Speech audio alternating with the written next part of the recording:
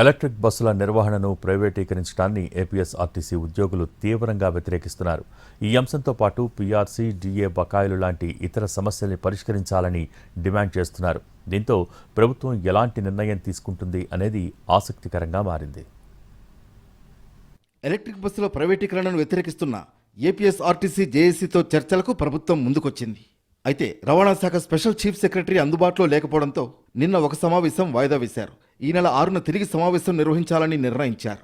RTC ఆధ్వర్యంలోనే electric బస్సుల నిర్వహణతో పాటు పీఆర్సీ, డీఏ బకాయిలు, స్త్రీ శక్తి అమలులో కష్టాలు వంటి అంశాలపై ఉద్యోగులు ప్రధానంగా డిమాండ్ చేస్తున్నారు. ప్రైవేట్ నిర్వహణ గనుక జరిగితే కండక్టర్ మినహా మిగతా ఏ అంశంలోనూ ఆర్టీసీ ఉద్యోగుల ప్రమేయం ఉండదనేది జేఏసీ వాదన. గత దశాబ్ద కాలంగా రిక్రూట్మెంట్ జరగకపోవడం కూడా ప్రైవేట్ నిర్వహణకు ఊతమిస్తోందని జేఏసీ అంటోంది.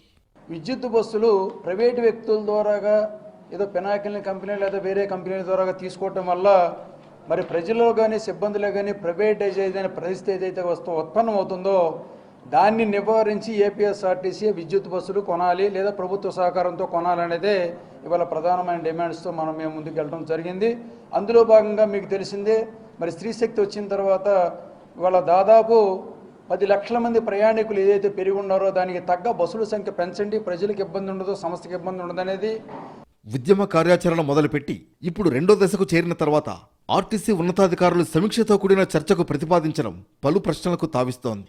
ఉద్యోగుల డిమాండ్లను పరిష్కరిస్తారా లేక వారిని విధానపరంగా రాజీ చేస్తారా అనే చర్చ జరుగుతోంది. ఉన్నతాధికారులతో సమీక్షలో రిక్రూట్మెంట్తో పాటు తమ సాధక బాధకాలపై చర్చించాలని ఉద్యోగులు జేఏసీ నాయకులు నిర్ణయించారని సమాచారం. ఆర్టీసీలో ప్రైవేట్ ఆపరేటర్ల ద్వారా ప్రవేశపెడుతున్న విద్యుత్ బస్సులు వద్దు, ఆర్టీసీ ద్వారా ఎలక్ట్రికల్ బస్సులను ప్రవేశపెట్టడం ముద్దనే స్లోగన్తోనే ఇవాళ ఉద్యోగులంతా ముందుకెళ్ళడం జరుగుతుంది. అందుకు భిన్నంగా పాలసీ నిర్ణయం, కేంద్ర ప్రభుత్వ నిర్ణయాలు అనుకుంటే మాత్రం ఎటువంటి ఉద్యమానికైనా ముందుకెళ్తాం తప్ప దీంట్లో వెనకడుగేసే పరిస్థితి లేదు. సంస్థ పరిరక్షణ ముఖ్యం. మొత్తం డిమాండ్లన్నీ ఎలక్ట్రిక్ బస్సుల నిర్వహణ అంశం చుట్టూనే తిరుగుతుండటంతో ఎల్లుండి జరగబోయే సమావేశంపై ఉత్కంఠ నెలకొంది. ఇప్పటికే ఎలక్ట్రిక్ బస్సుల కోసం 4 బస్ స్టేషన్లు దాదాపుగా సిద్ధం చేశారు. మరోవైపు ఆగస్టు నాటికి అన్ని బస్ స్టేషన్లలో ఎలక్ట్రిక్ బస్సుల కోసం ఛార్జింగ్ పాయింట్లు, సబ్ స్టేషన్లతో సహా సిద్ధం చేయాలనే లక్ష్యంతో పనులు చేస్తున్నారు. ఈ ఎడిషనల్ బస్సెస్ మనం తీసుకుంటున్నాము, ఎలక్ట్రికల్ వెహికల్స్ ఇవి వెట్ లీజ్ మోడల్ మీద తీసుకుంటున్నాము.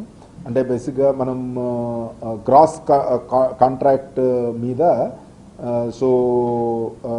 అంటే ఇది బస్తో పాటు మనం మెయింటెనెన్స్ ఇంక్లూడింగ్ డ్రైవర్ కానివ్వండి, మెయింటెనెన్స్ కానివ్వండి మన ప్రైవేట్ ఆపరేటరే ఇచ్చేటట్టు, అంటే గ్రాస్ కాంట్రాక్ట్ మోడల్లో, గ్రాస్ కాస్ట్ కాంట్రాక్ట్ మోడల్లో మనం తీసుకుంటున్నాం. సో న్యాచురల్గా ఇది గనక ఒక 1000 బస్సులు అలా తీసుకుంటే గనక సుమారు 2200 వరకు మనకి సిబ్బంది కొరత ఆటోమేటిక్గా సాల్వ్ అవుతుంది.